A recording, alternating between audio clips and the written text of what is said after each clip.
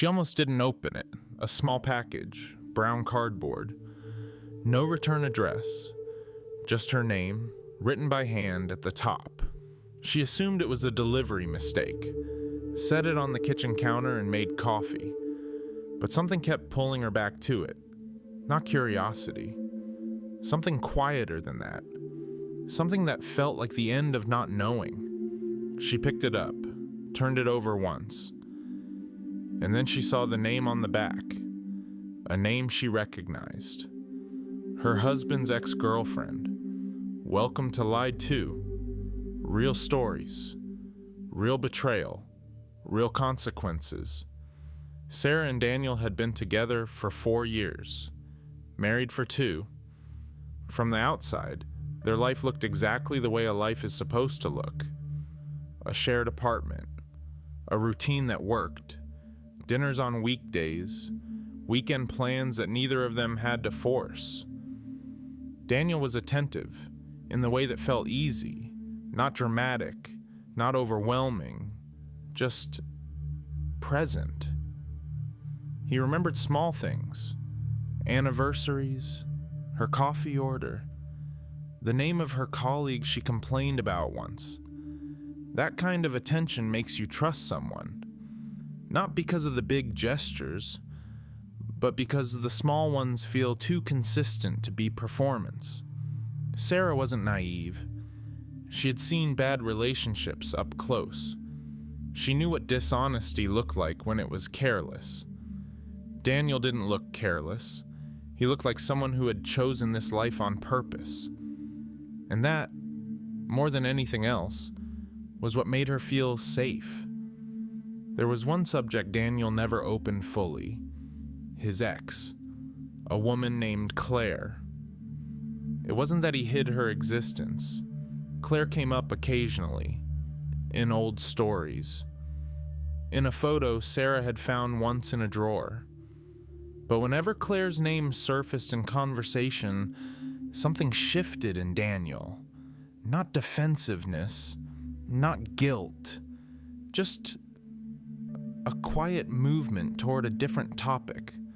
A redirect so smooth you almost didn't notice it. Sarah had asked once, early on, "Do you still talk to her?" Daniel had smiled. Calm. Certain. No. That ended a long time ago. She believed him. Not because she was careless, but because nothing in his behavior suggested otherwise. No late nights with no explanation. No locked phone. No sudden distance, no change in how he looked at her. The kind of lying that works isn't loud. It's the kind that fits so perfectly inside a normal life that it never needs to hide. The package sat on the counter for almost an hour. Sarah made coffee, checked her phone, looked at it twice, and then looked away. She knew she was going to open it. She just wasn't ready yet for what that might mean. When she finally did, the first thing she saw were photographs. Printed. Recent. Dozens of them. Daniel in places she recognized. Wearing clothes she had washed. At restaurants she knew he had been to. On nights he said he was working late, but he wasn't alone. She stood there looking at each one for a long time. Then, at the very bottom of the box, she found it. A USB stick. No note, no explanation, just the drive, taped to the cardboard. She carried her laptop to the kitchen table, plugged it in, one file, a screen recording. She pressed play, text messages, scrolling slowly, back and forth, hundreds of them. And as she read, the shape of everything changed. These weren't messages from someone holding on to the past.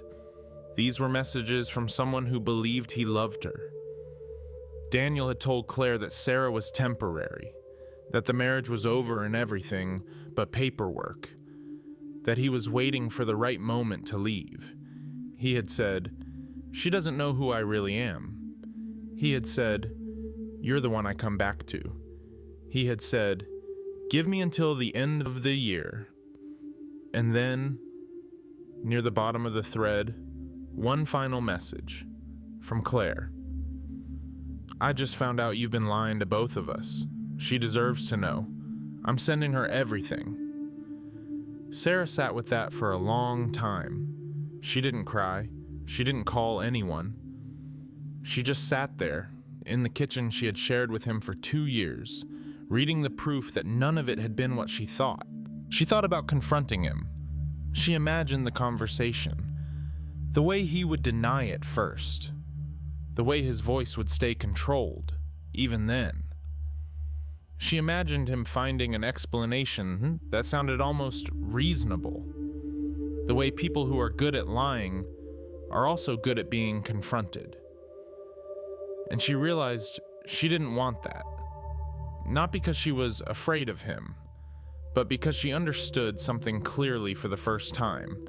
A confrontation would be for him. It would give him the chance to perform remorse, to control the ending of something he had already destroyed. She didn't want to give him that. She went to the bedroom, opened the wardrobe on her side, took out a bag she kept at the back. She packed quietly, carefully. Only what mattered. She didn't rush. She didn't take more than she needed. At one point, Daniel shifted in his sleep. She stopped moving, waited. He didn't wake. When the bag was packed, she carried it to the hallway, set it by the front door. Then she walked back to the bedroom one last time. She picked up the package, the photos, the USB, everything, and placed it on his side of the bed, right where he would see it, right where it would be the first thing he touched when he woke up. She looked at him for a moment, not with anger, not with grief, with something closer to recognition, like she was finally seeing the actual shape of someone she had been looking at for 4 years without knowing. Then she turned off the light and left. She didn't send a message. She didn't call a lawyer that night. She didn't post anything online. She just drove. And somewhere on that drive, she told me, the thing she felt most wasn't sadness. It was clarity. That strange, cold, clean feeling you get when the version of your life you believed in finally matches the version that was actually true. Daniel woke up to an empty bed and a box full of evidence. He called.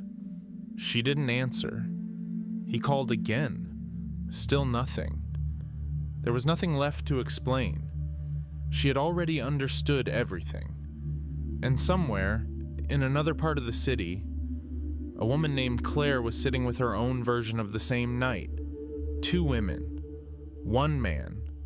1 lie that went in both directions. The question I want to leave you with is this. When someone is lying to 2 people at once, and one of those people tells the truth to the other, what do you call that? Betrayal? Or the closest thing to honesty the situation had left? Leave your answer in the comments. I want to know where you stand. Thank you for watching Lied To. If this story stayed with you, subscribe, because the next one is already waiting.